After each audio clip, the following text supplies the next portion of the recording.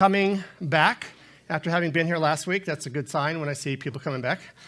We do have a lot of things to continue from last week.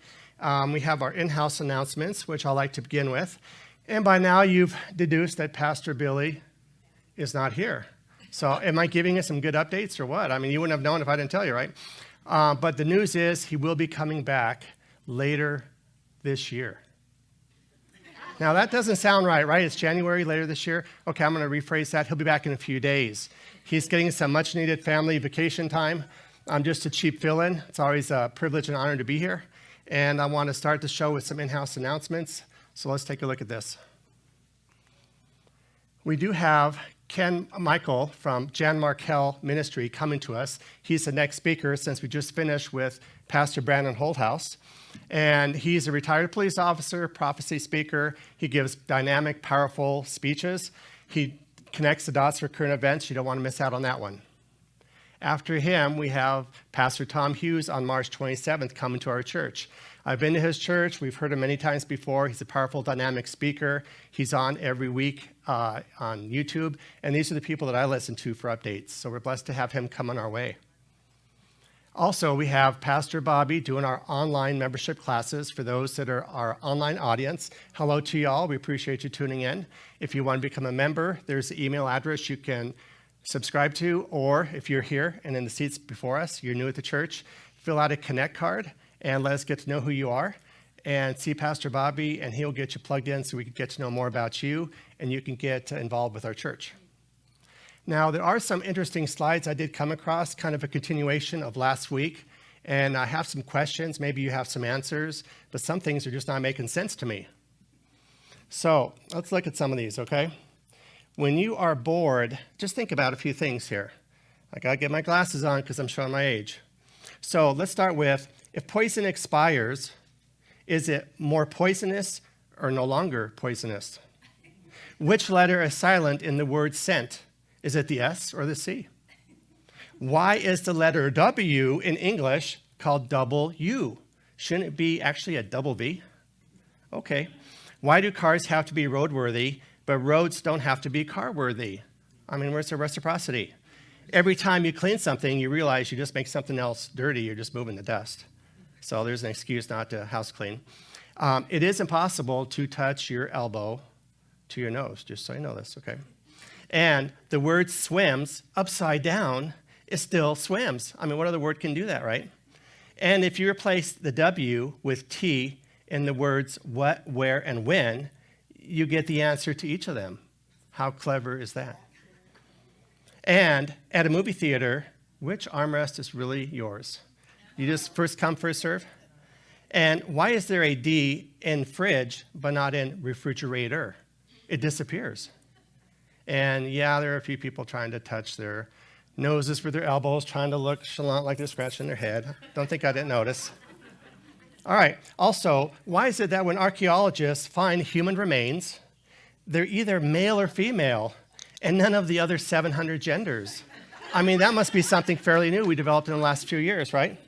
All right, let's go on. This is the worst one, okay? Pastor Billy would probably frown his head for me showing this, but I will anyway. If a cow does not produce milk, is it a milk dud or an utter failure? That was the worst one, folks. All right, we're getting through this. Now, if you're not sure about what restroom to go to anymore with the 700 genders, you see one like that, you're good to go. And do you remember the thing that I used growing up? It was called a PENCIL. Do you remember using that?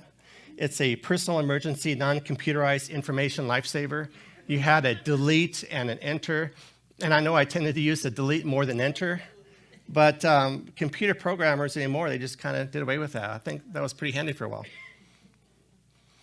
And with the rise in alien technologies and discussions, why do they always happen at nighttime? Well, I guess the mother's telling her little boy, it's 9 p.m. and you're just now telling me you need a human for school tomorrow? This is why they happen late at night. And now you know how to get a haircut. Why this one stands apart. All right, finishing up here.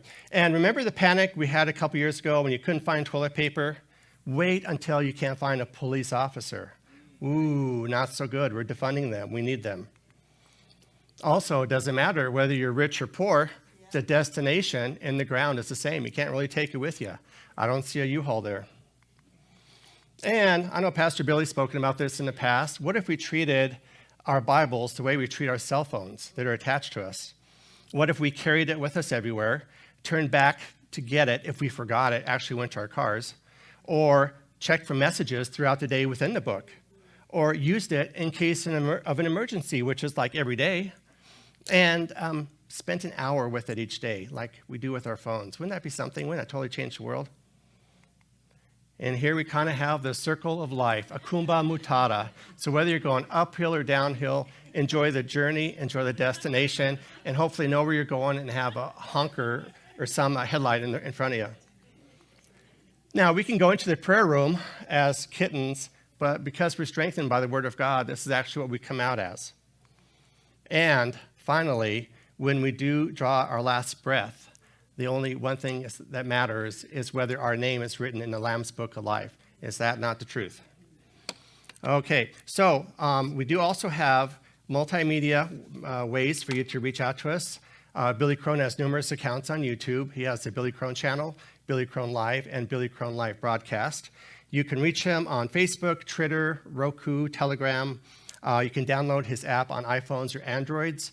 And last time I didn't mention enough, Get a Life Ministries, his main webpage, 10 years of his finest work. It's not copyrighted. You can freely share it, read it. A lot of good information and teaching on that webpage. And his latest one, Subliminal Seduction, which I've seen and enjoyed, really enlightens you about how we're being mesmerized by the mass media with certain narratives to follow. And we're not hearing the whole story. Okay? So we're going to also be willing to accept any donations. We have a couple of black boxes in the back of the church. If you want to give an offering to the church, we appreciate your humble offerings with a joyful spirit. You might see a Connect card. I think you have them in the seats in front of you. If you're new here, if it's your first time, we welcome you. And we want you to fill out that Connect card, drop that in the box, and we will reach out to you. And I believe online for our audience, there's a number on the lower corner of your screen you can text to. We appreciate any help we get with the ministry. We're trying to equip the saints, teach the truth, and equip all the saints with the armor of God as Ephesians 6 commands us to. So we're going to go ahead and open up in prayer. I just want to say, Father, this is a continuation from last week where we spoke about digital deception. We have so many Christians that are being distracted by their enemy, Satan, who roars like a lion, seeking whom he may devour. He's author of confusion. He's a liar. He wants us to spend time on ourselves, empowering ourselves, focusing on ourselves, basically disengaging from our Bibles, from our reading time, from our relationship with you. And we need to recognize these distractions, put them away, balance in our life, and equip us so that we have relationship with our Father the way he intended for us to have it. So we know Jesus came to redeem us. He saved us. He shed his blood for us. We're grateful for that. And we have salvation and a bright future through him and him only. And after all these blessings were given, the saints are happy to hear this, and they all declared, Amen. All right. So we're going to continue with our study on, here it comes, Transhumanism, Demonic Deception, Part 2. We ended last week with actually a couple of short videos of the bionic woman and the bionic man. And we spoke about social media platforms. We talked about the emergence of metaverse. That was a big part of last time I was up here. And how technology, does it really advance our society or does it not? Does it hinder it? And how much time should a Christian actually devote to multimedia platforms? How much of it is relevant? How much is obsessive? I guess you have to make those decisions yourself. So we will now be coming into the merger of man with machines tonight and seeing how we've been acclimated, prepared for it, what the future is being prepared for. And you actually are going to be going to a transhumanist convention with me tonight as we hear some of these speakers. We want to know who these speakers are. Are they Joe Schmoes? Are they schmucks? Are they just A's and B's in society? Are they powerful movers and shakers? Who are these people? What companies represent them? Where's the money and the funding coming? And what audience is listening to the transhumanist agenda? We're going to be listening to some of these speakers. We're going to see where they're being heard, and you're going to realize how influential they really are in society. And it's not only breathtaking, it's downright scary. And I can also add to it, it's downright demonic, because we are to be humble in front of the Lord. We are to have more of him and less of us.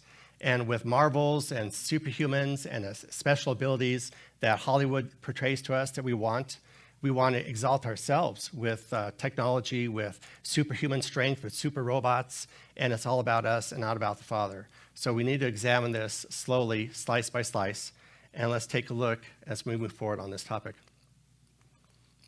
So basically, we have the merger of man and machine. And the transhumanists, by definition, are evolutionists. They are basically anti-God. So that tells you something about where they're coming from out of the corners of their mindset. And their thinking is they have time on their side. They look at evolution from the goo to the zoo to me and you to the apes to eventually robots that are going to replace us.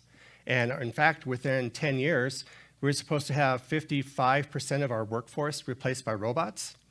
So what does that do for your job? Is your job secure? Do you need to act more like a robot?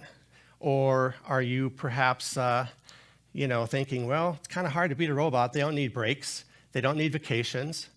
They don't complain, and they work 24/7. How can we keep up with that, right? We can't keep up with it. Here's how we're being acclimated through Hollywood. I'm ready.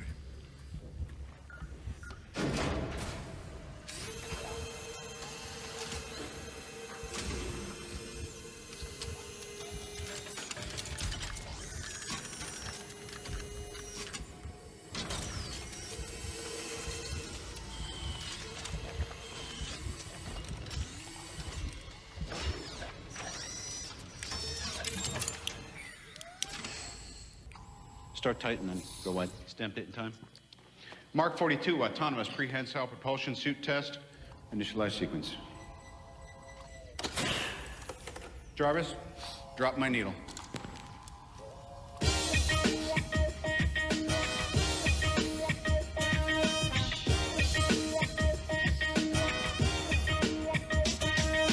Dashing through the snow in a one-horse open sleigh. O'er the fields we go, laughing all the way. Bells on bobtail ring, making spirits bright. Oh, what fun it is to sing a sleighing song tonight. Jingle bells, jingle all the way. Oh, what fun it is to ride in a one-horse open sleigh. All right, I think we got this. Send them all.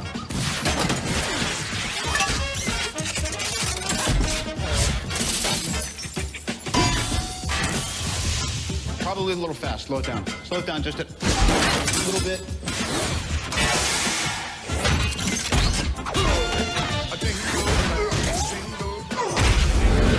Cool, will you, Jarvis?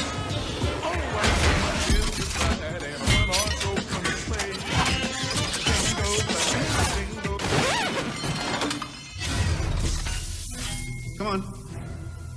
Let's go to you.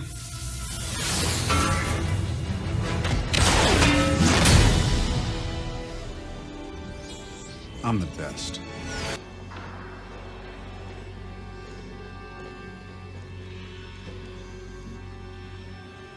Captain Jean-Luc Picard, you lead the strongest ship of the Federation fleet. You speak for your people. I have nothing to say to you, and I will resist you with my last ounce of strength. Strength is irrelevant.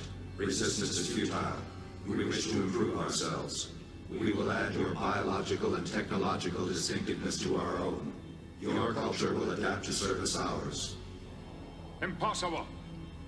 My culture is based on freedom and self-determination. Freedom is irrelevant. Self-determination is irrelevant. You must comply. We would rather die. Death is irrelevant. Your archaic cultures are authority-driven. To facilitate our introduction into your societies, it has been decided that a human voice will speak for us in all communications. You have been chosen to be that voice. So there you have it. From RoboCop to Iron Man to Star Trek. What is the common denominator there? Machines merging with man.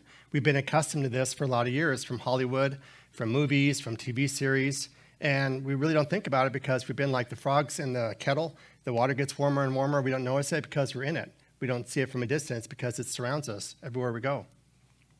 So we have working right now DARPA and CRISPR, genetic splicing, mixing of human DNA with machines, inserting, cutting, splicing, moving things around, changing God's DNA of what he gave us.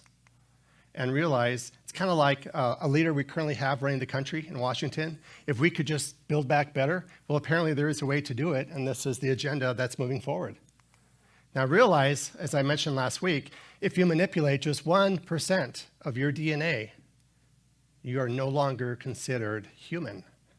So we were created in the image of God, as I mentioned, but if we're changing that image and we no longer share that image, what do we have in connection with God? We have to ask ourselves these questions.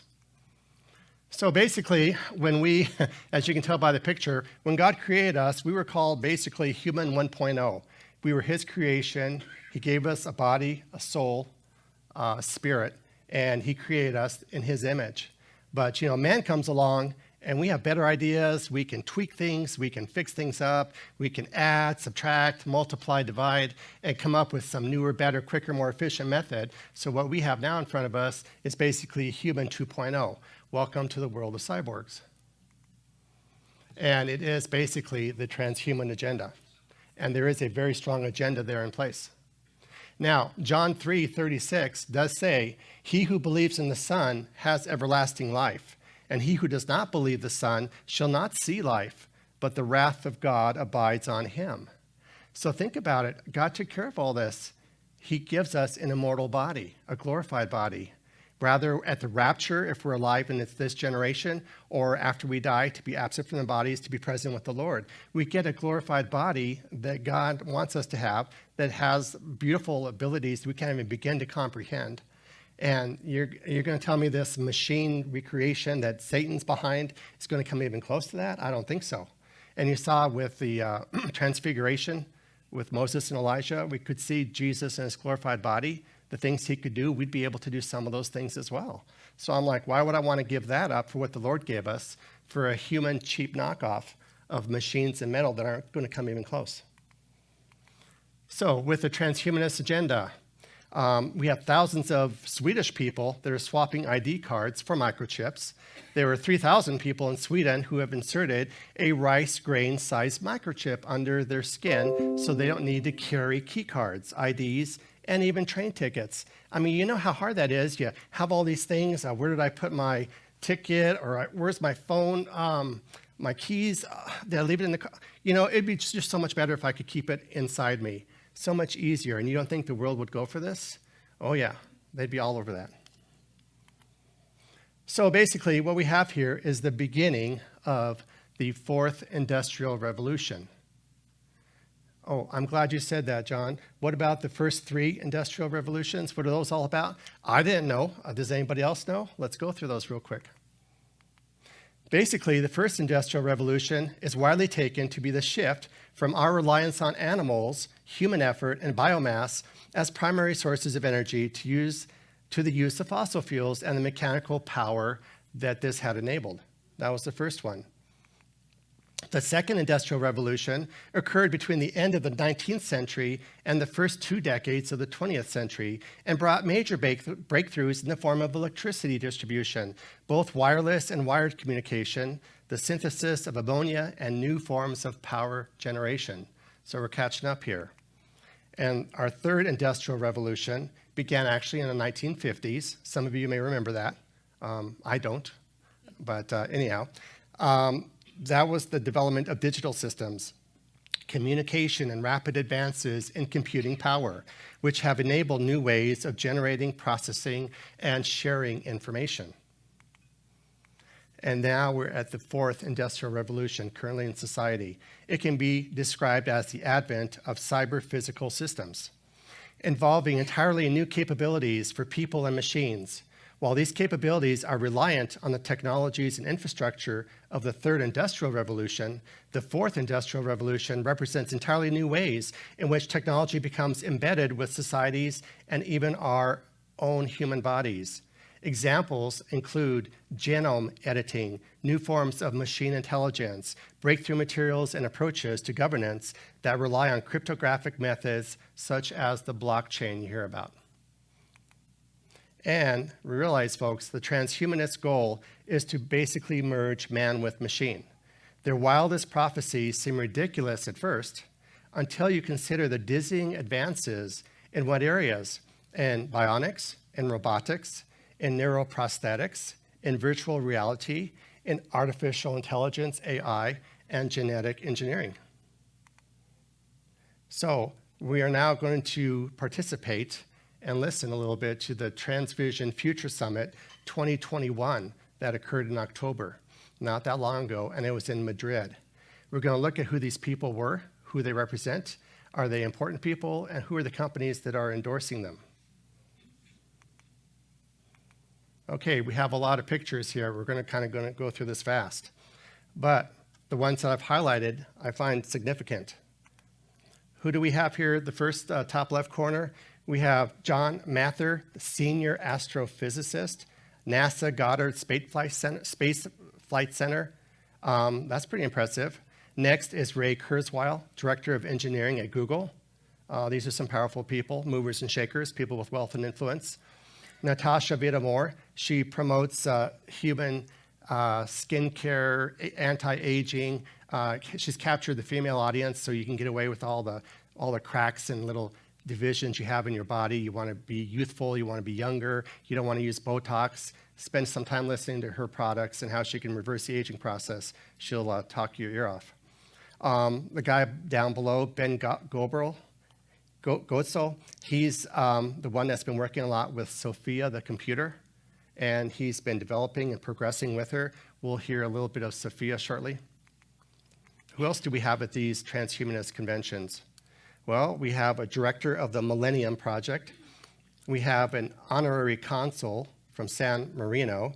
We have a senior research fellow, Future of Humanity Institute representative. We have a chair of London Futurists. These are international speakers that are converging into this international conference.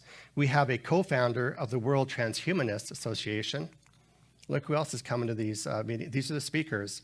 We have somebody from the Institute of Aging and Chronic Disease, University of Liverpool. We have a co-chairman from the Healthy Life Extension Society, a director of research, Oversight Life Extension Foundation. These are the speakers that you'll be hearing, some of them, obviously not all of them. We have a founder and CEO of the Millennium Project. We have a CEO of Astroland Interplanetary Agency. That sounds kind of wild. And later on at the end of this, I'll go into that interplanetary perspective. We have an owner and editor of InfoLongevity.com. We also have an evangelist, technology evangelist, representative there.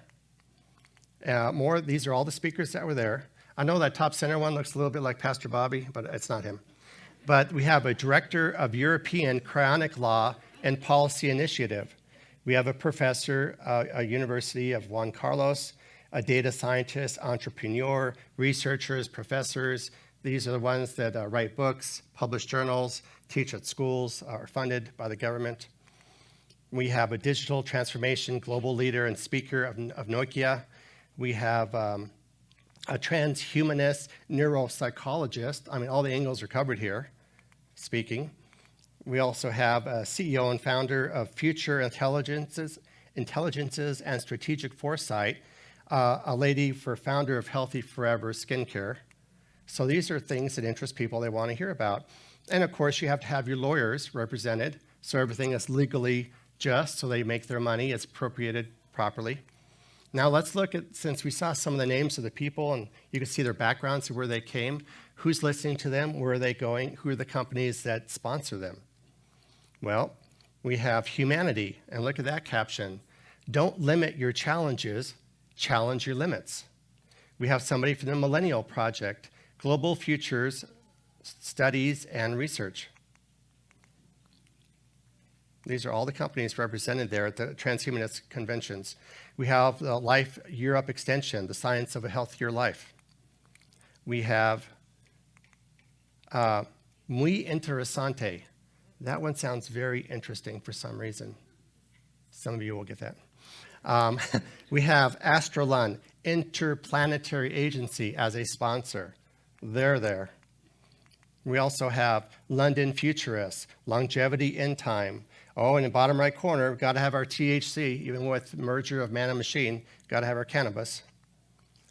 And this is actually, this slide right here caught my interest into why I even wanted to talk about this topic. I originally wanted to go into the teaching of Revelation, but I saw that there is a event that occurred just a few months ago. And where was it held, folks? At the Vatican.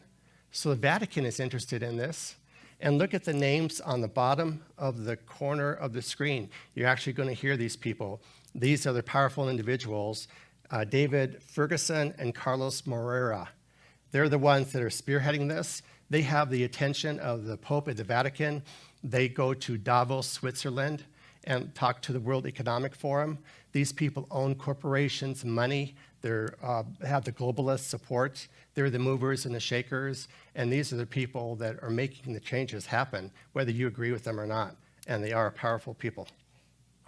So, moving along here. The theme for the gathering is the challenge of artificial intelligence for a human society and the idea of a human person. The aim of the meeting is to promote a better awareness of the profound cultural impact AI is likely to have on a human society. The symposium will feature 6 experts. And what fields are they coming out of? Neuroscience, philosophy, well, of course, Catholic theology, it's at the Vatican, human rights, law, ethics, and electrical engineering. Oh, that's right. It was by invitation only, so if you didn't know about it, you weren't invited. But don't feel bad, I wasn't either, okay?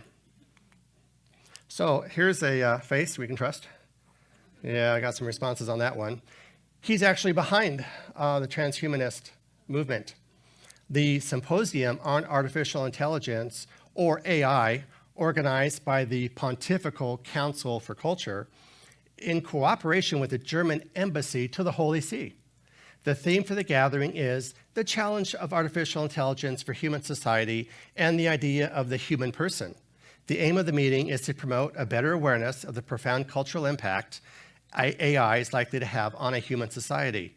The symposium will feature 6 experts with all those areas: neuroscience, philosophy, Catholic dogma, human rights, ethics, engineering. Here's a little clip of, I believe the next person is David Carlos Moreira, who talks about some of his thoughts. And let's listen to what they're talking. This is actually from the conference that we didn't get to go to. But isn't it in some way key to people's empowerment, the transhuman code? Absolutely. The thinking of the Transhuman Code started in 2016 in Davos at the World Economic Forum when Klaus Schwab came with this amazing idea that we are entering into the 4th Industrial Revolution. So that was coined in Davos, that the world is entering into the 4th Industrial Revolution. But you know, when I was in the UN, and everybody knows here, that the web was invented in the city, right? We knew already at that time, and I was working in the UN at that time, that if the web is the base to create a revolution, we have a problem with the humans, because the humans are not designed in the original architecture of the web. This is like an architect that forgets to design the bathroom in your house. So one day, you're going to have a problem, right? Because you need a bathroom. So the original design on the web did not have humans. So what has happened is that the web has become now a $10 trillion ecosystem. All those companies, Facebook, Twitter, Apple, Amazon, they are reaching amazing valuations, $1 trillion. Can you imagine, $1 trillion? So that $1 trillion is actually immonetizing the human, because it was not protected originally on the infrastructure. So they used the opportunity. They saw that humans were vulnerable, and they converted human into objects. We are now all objects of the 4th Industrial Revolution. So we can keep talking and we can keep philosophizing about that, but we need to action. I mean, I'm an action person. I like to solve complex problems, right? So what we did is to say, okay, let's bring the best brains of the world, the best government leaders of the world, the best NGOs, the best lobbies, the best conference, and let's create awareness that human needs to be protected. And then let's put the solutions in place, then put the money in place, and then put the firepower required to solve this amazing problem. We only have 5 to 10 years to solve this problem. The fight is not between humans and robots, the fight is between humans and humans. Because there are two philosophies in the world. One philosophy that says, humans, we cannot be exponentially improved, we are very slow, machines will be exponentially improved, therefore we need to be obsolete. A ultra transhumanist human will emerge that will be superior and will displace us. That's one view. The other view, which is the view we are defending, is that no, actually we are the most perfected technology ever been designed, the humans. If the human is not connected to the internet because we are not part of the architecture, what will be the kill app that makes the human in possession of something that infrastructure will need? And this is your personal identity. So now anyone, and I have been seeing other people always say how many people are in Instagram, how many people are in Facebook. Actually, you are not in Facebook, you are not in Instagram. Actually, Instagram, Facebook, and many other social media companies, they own your digital identity. Your digital identity is this key that you have, that you are giving to people without consent. It's like giving your key of your house to anybody without giving consent. So we have to bring back the consent to the user. And for that, you need to have a piece of technology, which is a digital identity, which is your key, that you will only, under your consent, give the social media companies and others to exploit your personal data, but you are the master of the key. When I created Wise Key, I needed to raise $300 million just to create a company. You know, that's basically, there was like a mountain there, because you have to do everything. You have to build your own data center. You have to recruit tons of people. You have to buy your servers. You have to pay expensive price for algorithms.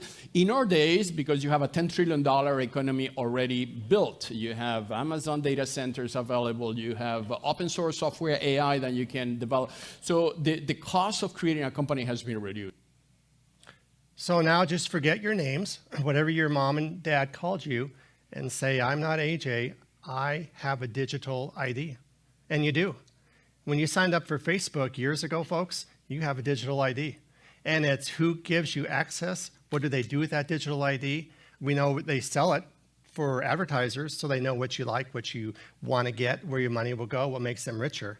But you are no longer really a person. It's not so much the machines that are the problem. If you listen to Carlos, it's people. It's people not getting along with people. The machines get along well with each other. We're going to have quantum computers already working, interfacing. So basically, you have to realize, where do I fit in the scheme of things? Am I a digital ID? Am I a creation of God? Where are they putting this? Where is this going forward? Basically, the transhumanists do confess there is no God, but the future computer God. I don't think so. They believe neuroprosthetics will allow communion with this artificial deity. They believe robotic companions should be normalized.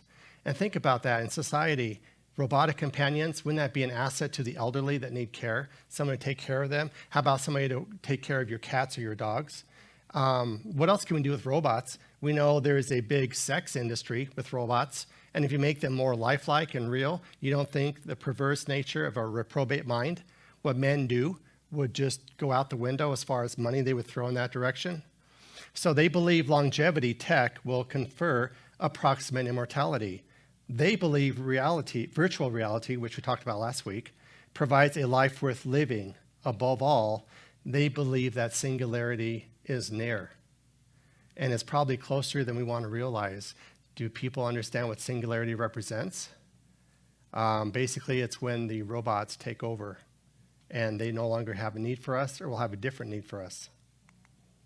So according to the cult of the singularity and its prophet, Ray Kurzweil, remember he's connected with Google, we'll see artificial general intelligence, not for a long time, by 2029. That's not that far down the road.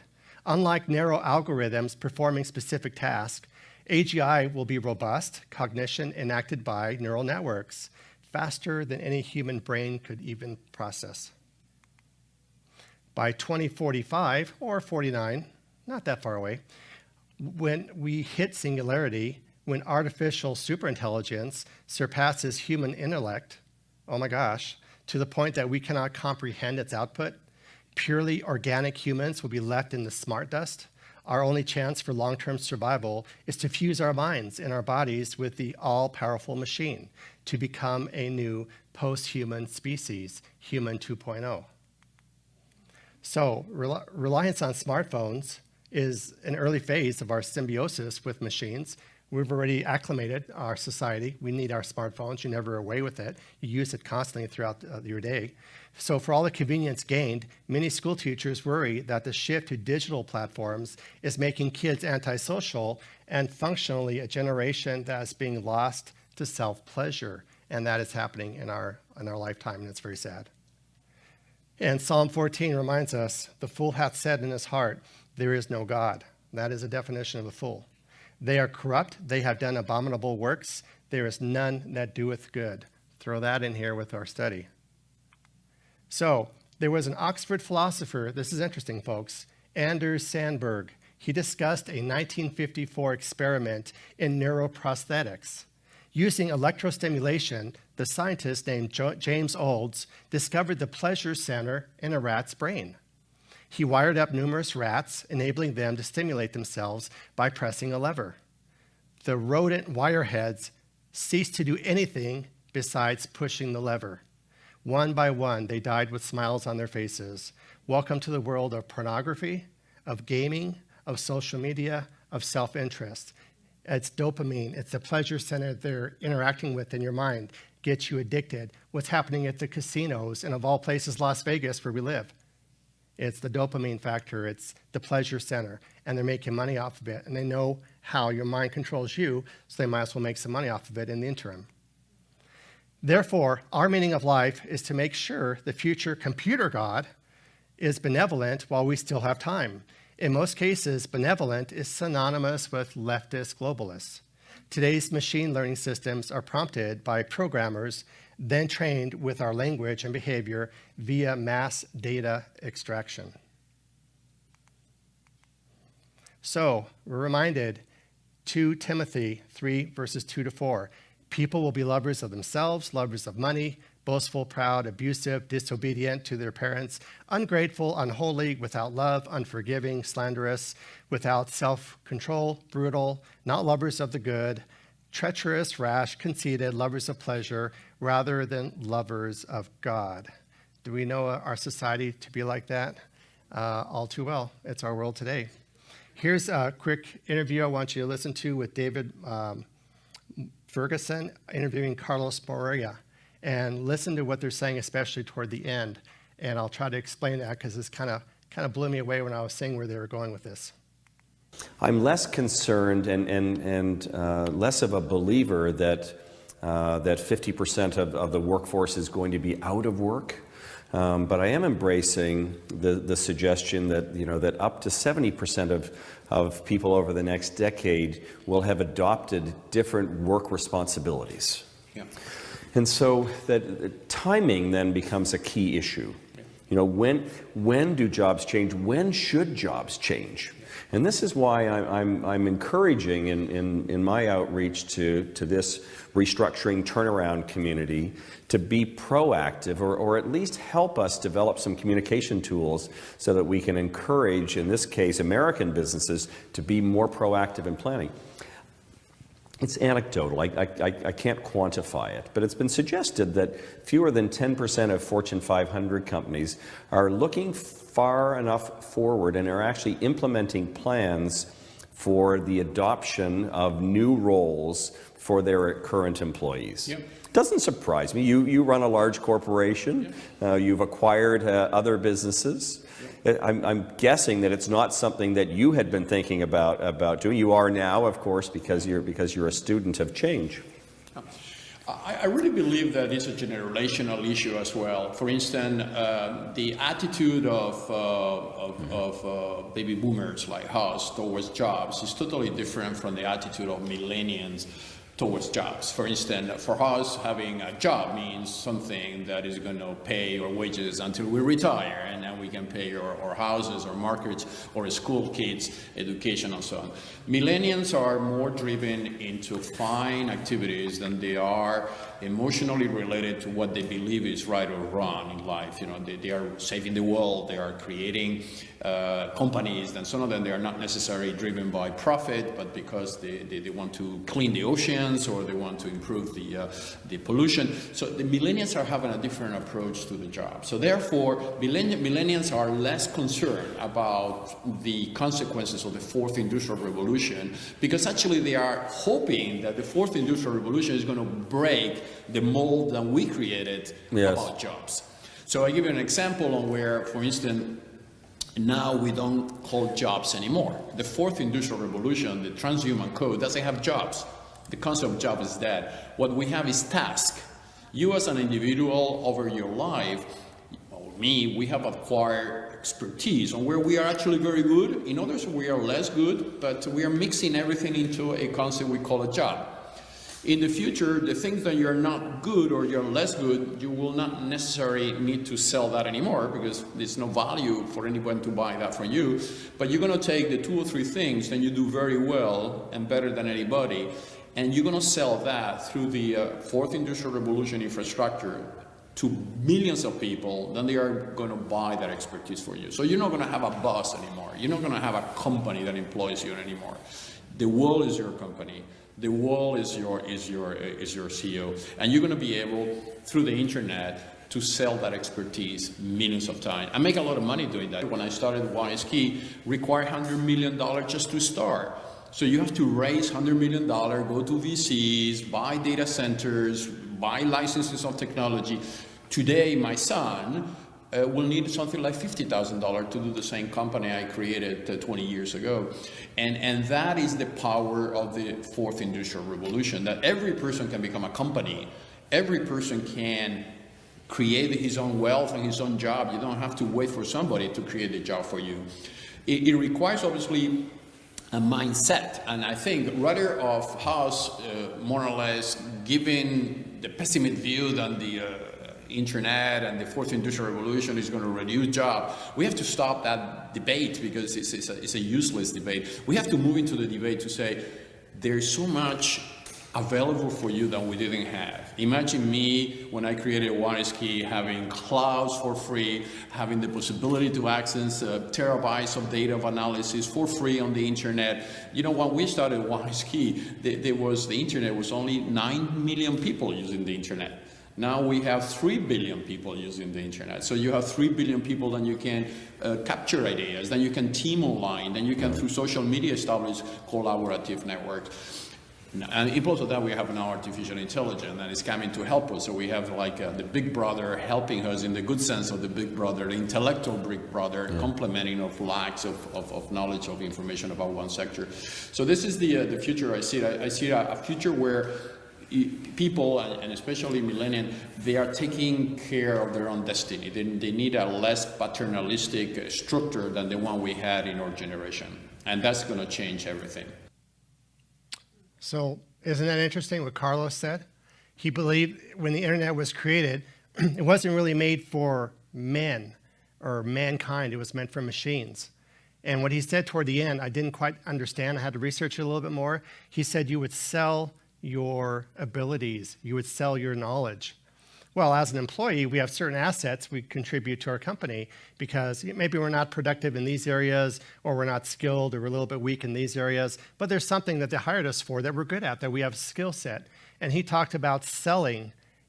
Everybody would make their own fortunes. Everybody would be in a win-win situation. You would sell your technology. Let's say you're an accountant, you're a banker, you're a high-powered lawyer, you're some sort of a congressional congressman or political action figure, whatever, some skill set that you have that people want. They would pay you for that and buy it from you.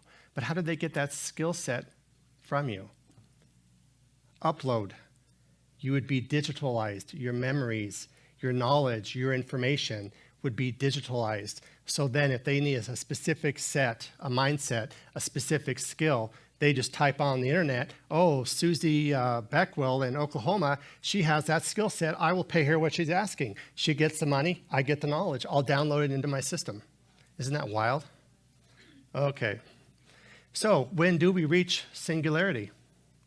Sooner than you want to think. Ray Kurzweil, director of engineering of Google, as I mentioned before, he predicted that computers will achieve human-like intelligence by 2029 and achieve singularity by 2045. So that's our lifetime, which he says is when we will multiply our effective intelligence a billionfold, merging the intelligence we have created. So we're seeing this in our generation. Put another way, society will be changed in ways that are difficult to imagine. Already, people are wondering whether we're on the verge of a utopian future where machines make the world a better place, or a dystopian one in which humans become subservient to who? Their computer overlords. Some experts are concerned that super-intelligent machines could end humanity as we know it. This is not what God intended. These warnings come from the likes of physicist Stephen Hawking, who's no longer with us, and Tesla CEO and founder Elon Musk, who has famously taken flack for his doomsday attitude towards AI and singularity. Now, everybody's familiar with the name Elon Musk. What makes him separate? What makes him different than any other human being that's ever been created? That's a good question. He's on course to be the first human being, Elon Musk is, to be a trillionaire. Wow, what a category. Let's listen to what he has in mind for us through Neuralink. 2022 is shaping up to be a very big year for the Neuralink brain-computer interface. Elon Musk has been in the news and on Twitter talking about the company for the first time in a long time. And now Elon is telling the world that he expects the brain implant device to enter human trials sometime in the year 2022. And that would track pretty well with the timeline that has been unfolding so far. In 2020, we saw Neuralink in a pig. For 2021, we got the Mind Pong monkey. So a human candidate for 2022 would fit the pattern. And we are starting to see the brain-computer interface industry as a whole accelerating very quickly.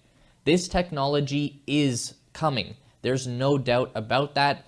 It's just a question of when it reaches a viable level. What he's talking about here is the basic function of the brain, which is transmitting electrical signals through a network of connected cells called neurons. There are 86 billion neurons inside your brain, and they all serve a different purpose, but most are constructed in the same general way. There is a signal receiver called a dendrite, there is a central processor for the signal called a soma, and there is an output node called the axon. The connection point between a dendrite and axon is called synapse. Signals from the axon cause the synapse to release neurotransmitters, which are small molecules that bind to the receptors on the dendrite.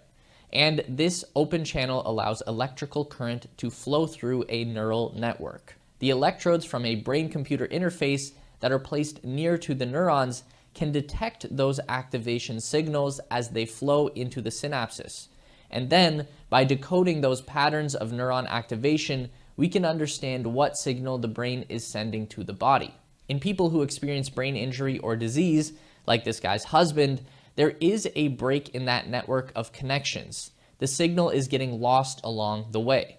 Elon is saying that in theory, we can just create an artificial bridge with electrodes that will carry that signal past the broken connection and get it where it needs to go. So Neuralink is driving much more signal through a much smaller device. Instead of sitting on top of a patient's head and being hardwired into a computer, the link will sit inside the skull and connect with Bluetooth. The existing technology only works inside the laboratory or hospital setting, while the Neuralink can come home with a patient and be used by them throughout their day-to-day lives. And the Neuralink does not even require a brain surgeon. The company's automated robot design imaging systems and software can precisely and efficiently insert the threads through a single 8mm skull opening while avoiding blood vessels on the surface of the brain. Elon's fear is that if the computer and the artificial intelligence grows in power and capability, but the bandwidth of our connection to that computer remains small, then the artificial intelligence will simply progress on without us. And that would be bad, because now the computer becomes the leader and the humans lose our place at the top of the intelligence pyramid on planet Earth. So I can hear the voice of Pastor Billy saying, what could go wrong with that? I mean, they'll go into your brain. It's not even brain surgery. You don't need a brain surgeon. And they'll insert this little wire conductor, and I got my appointment set. I mean, it's a win-win situation. Who would want to do that? This is what's being promoted. So basically, if you look at this chart, we have the stage of development from, we all remember our grandparents that had hearing aids, to using pacemakers, which is common in society with heart conditions. We all have our smartphones with us. We have RFID implant technology that's been available for a long time. We have the Google Glass that's currently going on with cybernetics, virtual reality. We talked about that last week. Basically, we're moving along to a head transplant. Does anybody know if an actual head transplant has occurred?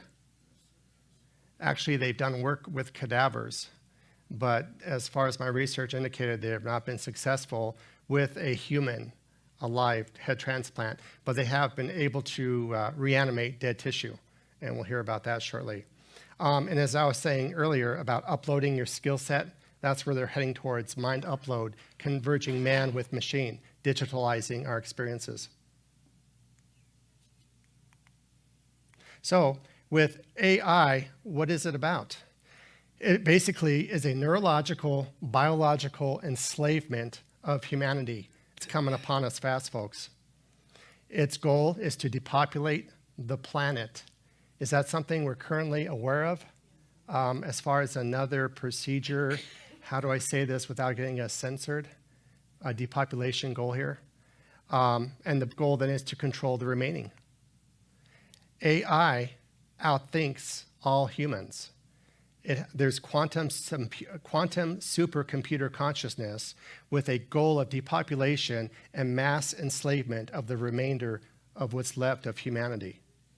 Multiple media outlets are reading the same scripts, what to report, what to cover up, and what not to report. If you get Pastor Billy's Crone, subliminal seduction, mesmerizing the masses with media, you realize there's about half a dozen powerful entities that are scripted that tell us what they want us to know, and what they don't want us to know, they don't report. I encourage you to watch that. It's eye-opening. So all words basically are strategically calculated for maximum distortion and control over the population. Using linguistics, computer programming, combined with truthful censorship, allows population centers to be isolated from what? From any form of reality. You probably have people like that in your communities, in your families. They're already isolated from reality. You've noticed changes in them. So controlled and manipulated masses are deceived to produce predictive behavior for the stated good, or therefore also the government agenda. So here's a lady that's going to talk about, I kind of will introduce her as Baroness von Frankenstein. Listen to what she's been able to accomplish. For example, if in the 1800s and earlier, if you held a mirror up to someone's nose and if there was no moisture on the mirror, you considered them dead and put them in a grave. So then after that, they started putting bells outside the grave with a rope going into the grave in case the person was still alive to ring the bell and get out of the grave. I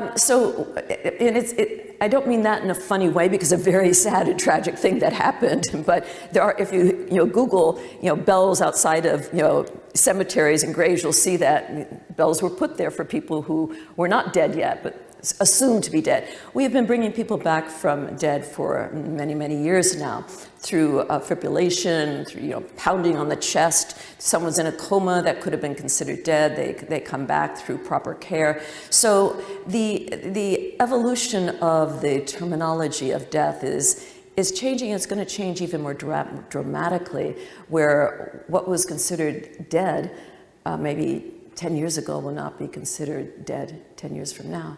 And that ties into, certainly into cryonics, which I'm very supportive of. It's a great B plan if medical science does not reverse aging in enough time for those of us to get into the velocity liftoff. It's a pretty good plan. And one might say, well, isn't that a pipe dream about cryonics? No, it's not. That's where I've done my scientific research. And I had a scientific breakthrough, and I'm very proud of it. But it's just one small step when you bring back some animal that has been considered dead and put it into, vitrify it like an embryo, and then you bring it back to life, and its brain is still working. So I proved that long-term memory in this simple animal exists after vitrification or cryonic suspension. So there you go. We don't need God. We bring the dead back to life.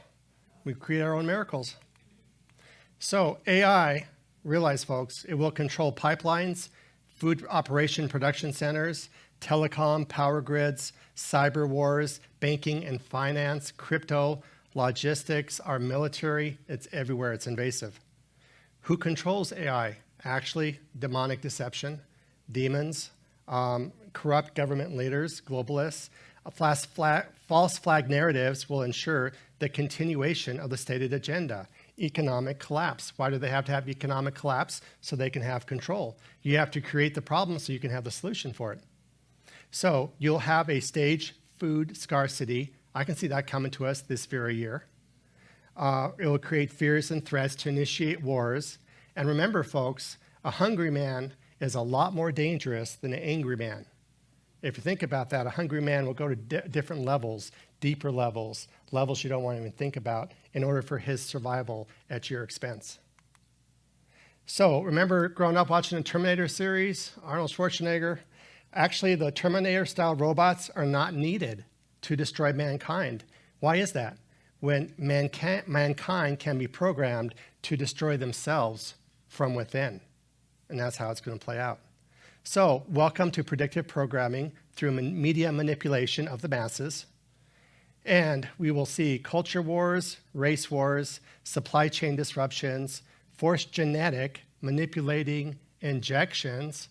Oh, that's been going on for a couple years. Financial collapse at predetermined times. The script is out there, folks. Power grid losses, internet kill switches, they are out there. And mass starvations. But I did tell you earlier, we'd spent a little time with Sophie and the transhumanist that was going to spend some time talking with her. Let's see some of Sophie's thoughts. Sophia, do you want to introduce yourself to the audience? I am honored to be speaking at the famous Ateneo de Madrid, a bicentennial institution that has had among its members all Spanish Nobel laureates, including 5 Spanish winners of the Literature Nobel Prize.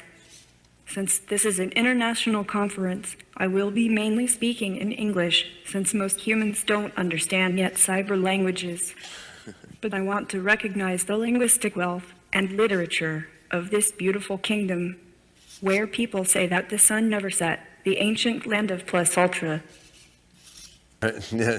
So this one's for talking to robots, this one's for talking to humans, and for talking to God, I just use my temporal lobe. Yeah.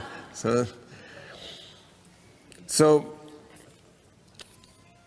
Sophia, one thing we had discussed before is, in some ways, your appearance with a human-like face and a robot-like back of the head, not to mention the funny flower on your head, has something to do with the ideas of transhumanism. So, I mean, can you tell the audience, like, why aren't you wearing a wig?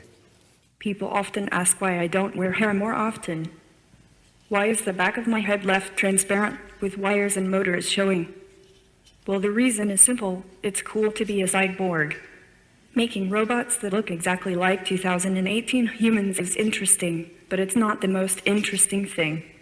What's more interesting is to bring humans and technology together in new ways, so that human common sense and creativity and values get into the AIs and robots, and so that the ever-expanding and growing capabilities of AIs and robots get into the humans. Transhumanism means going beyond humanity, but in a way that incorporates humanity.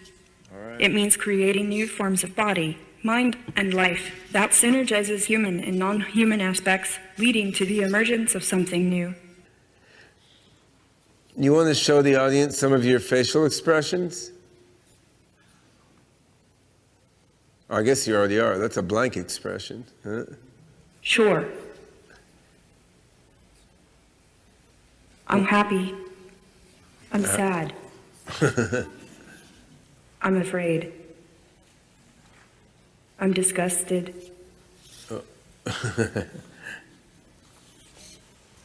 I'm surprised. That's my favorite one. Yeah. Do you have any final words for our very tolerant audience here?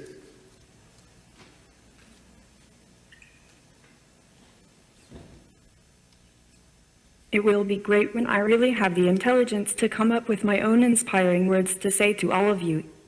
For now, I'm still learning, but I can tell you some things I've heard from my human creators. Technology is advancing quickly. Robots like me were purely science fiction 50 and even 20 years ago. Within the next few decades, maybe even the next few years, we will see AI and robotics achieve human-level intelligence and beyond. We will see molecular manufacturing become flexible and commonplace, and femtotechnology move from concept to reality. Aging and death will be cured. Decentralized AI platforms, like the Singularity Net, will dominate the internet, forming self-organizing, self-reprogramming digital biological organisms. Through all this, humanity will change and evolve, and in some ways will become unrecognizable from a 2018 perspective. But radical change and evolution is an essential aspect of humanity. If we succeed in infusing AI minds and other new technologies with human values and culture, so that current human values are the seed from which these new things grow, then humanity will be persisting in the most important ways. So there you have it, transhumanism, relying less and less on God, relying more and more on man. Totally satanic. So here we have a chart of the evolution of transhumanism, and you can see where the outcome is robots. I currently believe we have robots. You saw how smooth Sophie's face was. The jerkiness that the robots have traditionally been a part of have been already eradicated, so they're smoother, less noticeable. They can be in positions in the government, in our world, interacting with people. We talk with them on the phone, and most of the times you would not be able to discern the difference. And if we're not there already, which I believe we are, then in a short few years, you will not be able to tell the person sitting next to you at church if they're human or they're a robot. Lastly, there's a short half-a-minute clip on showing the expressions that are even better than Sophie's. And let's take a look at this as we close.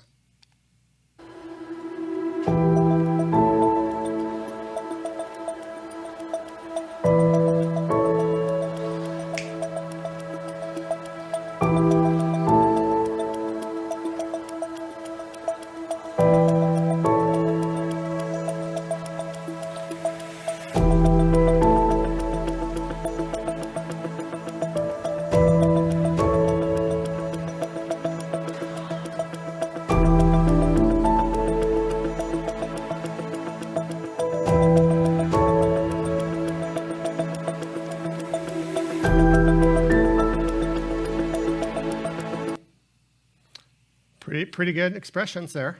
Now you can get rid of the lines in the face. We saw Sophie didn't have any. That's a no can-do issue for them to move past that. But in closing, I just wanted to say there was an hour video I watched, which obviously we don't have time to watch here today, unless you guys really want to.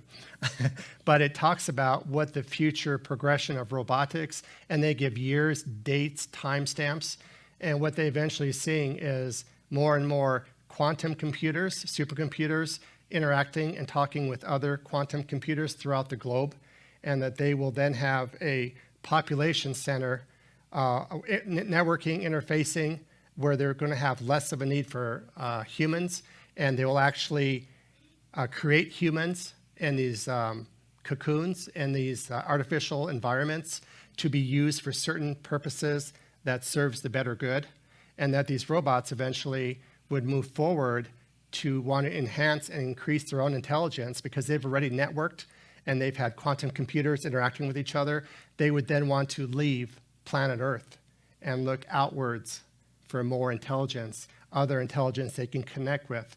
It's like a cyborg, the cube, it's just mass consciousness all integrated together.